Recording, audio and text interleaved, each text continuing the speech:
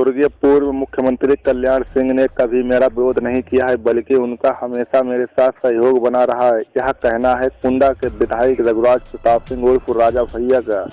दरअसल राजा भैया ने आज से जनसत्ता दल लोकतांत्रिक पार्टी की जनसेवा संकल्प यात्रा की शुरुआत की है और प्रतापगढ़ से अयोध्या के लिए रवाना हुए हैं। इस दौरान सुल्तानपुर में वह रुके और उनका पार्टी कार्यकर्ताओं ने जोरदार स्वागत किया। उन्होंने कहा कि पूर्व स्वर्गीय मुख्यमंत्री कल्याण सिंह ने कभी मेरा विरोध नहीं किया, जो भी बात वह सिर्फ अफवाह है। हमेशा उन्होंने मुझे सहयोग स्नेह और प्यार दिया है। आपको बता दें 2022 विधानसभा चुनाव को लेकर रघुराज प्रताप सिंह उर्फ राजा भैया भी सक्रिय हो चुके हैं और पूरे प्रदेश में जनसत्ता पार्टी के प्रचार प्रसार के लिए यात्रा कर रहे हैं, जिसकी शुरुआत आज उन्होंने अयोध्या से की है। इतना ही नहीं, नई पार्टी बनाने पर उन्होंने कहा, इतने साल समय निर्दलीय विधायक रहने के बाद ऐसे में जब लोगों से राय ली गई तो उनका विचार था कि पार्टी का गठन किया जाए और लोगों के राय पर ही हमने पार्टी का गठन किया है। फिलहाल यह तो वक्त ही बताएगा कि 2022 विधानसभा चुनाव राजा भैया की पार्टी कितनी सीटें उत्तर प्रदेश में जीत पाती है। जब विधायक राजा भैया से गठबंधन का सवाल किया गया तो उन्होंने कहा कि अभी अपने पार्टी संगठन को बढ़ाने का काम कर रहे हैं। अभी किसी भी दल या नेता से कोई गठबंधन की बात नहीं हुई है। साथ ही उन्होंने बताया उत्तर प्रदेश के चुनाव उन्हीं सीटों का लड़ाया जाएगा जहां पार्टी मजबूत होगी। फिलहाल उन्होंने साफ तौर पर इशारा किया है कि 100 से अधिक सीटों पर पार्टी चुनाव लड़ेगी। एच भारत न्यूज के लिए आशीष मिश्रा की रिपोर्ट।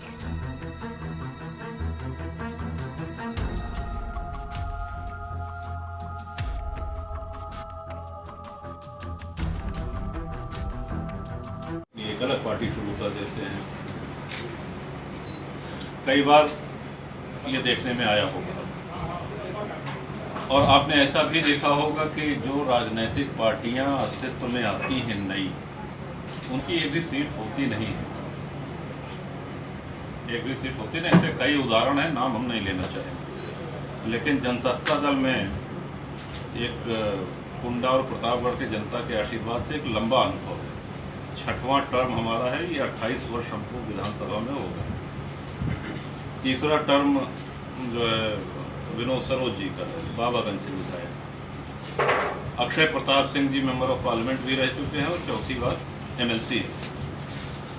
तो ये ऐसा नहीं है कि किसी घटक से अलग हुए। जब 25 वर्ष पूरे हुए रैली में, उसमें सभी लोगों से राय ली गई, कार्यकर्ताओं से, शुभचिंतकों से, ऑनलाइन भी राय ली गई कि अब क्या करना चाहिए। ऐसे ही निर्दलीय लड़े या 25 साल हो गए निर्दलीय लड़ते लड़ते, तो ऐसे ही निर्दलीय लड़े या पार्टी का गठन। तो अधिकांश साथियों का ये मंतव्य था, ये इच्छा थी कि पार्टी का गठन किया जाए। इस तरह से जनसत्ता दल अस्तित्व में आई और उसके बाद जैसा कि हमने बताया कि क्योंकि कोविड आ गया, इसलिए विस्तार करने का समय नहीं मिला। इस सीट पर अपना कब्जा बरकरार रखा हुआ है और आपने बीजेपी को तीसरे नंबर पर धकेल दिया। तो क्या विधानसभा चुनाव में कोई ऐसी रणनीति लेकर के आ रहे हैं जिसमें आप चुनाव में बीजेपी को धूल चटाने की अपनी कोई अलग से रणनीति बना रखी हो या कुछ उसका खुलासा करेंगे? जी, पहली बात तो जिला पंचायत प्रतापगढ़ जब आप देखेंगे तो 4 बार वो अपनी ही, और जनसत्ता दल के प्रत्याशी सारे सदस्य कह रहे थे कि एक तरफ से कि जनसत्ता दल ही जीतेगा और जो परिणाम हुआ वो आप लोग के सामने। अब आपका दूसरा प्रश्न था कि साहब धूल चटाना, किसी को धूल चटाना वो नहीं, लेकिन हाँ अपनी पार्टी बनाई है, हर वर्ग का आशीर्वाद मिल रहा है। दबे कुचले लोगों से लेकर के नौजवानों से लेकर के किसानों से लेकर के सबका साथ सबका आशीर्वाद है। तो निसंदेह हम पार्टी के ग्रोथ के प्रति, बढ़ोतरी के प्रति आशान्वित हैं।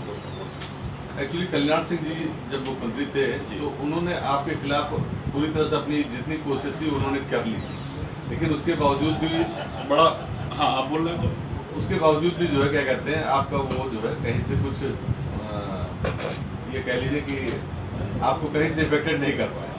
लेकिन बाद में आप मंत्रिमंडल में शामिल हुए, कल्याण जी ने आपको मंत्रिमंडल में शामिल कराया।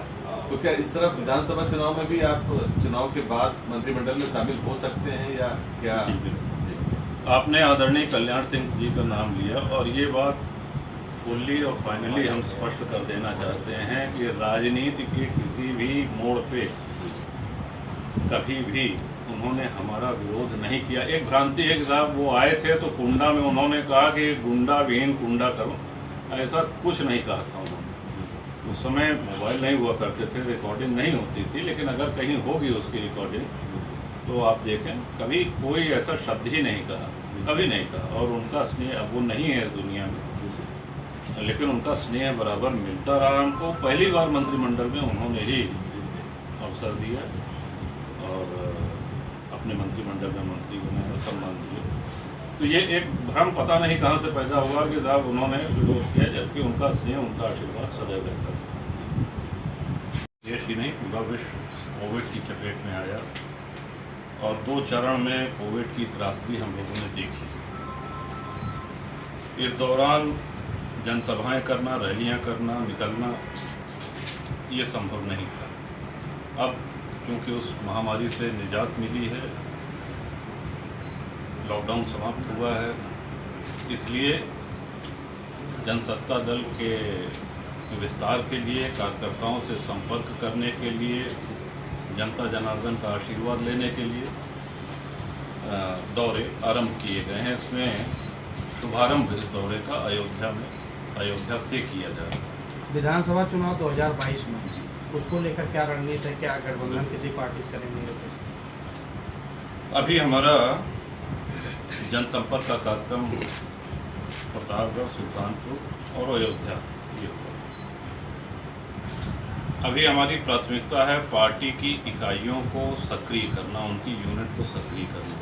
गठबंधन पे जो प्रश्न आपने पूछा, जैसे ही कोई बात होगी किसी भी दल से तो आप लोगों को अवश्य अवगत कराएंगे। फिलहाल किसी भी दल से, किसी भी राजनेता से इस विषय में कोई वार्ता नहीं है।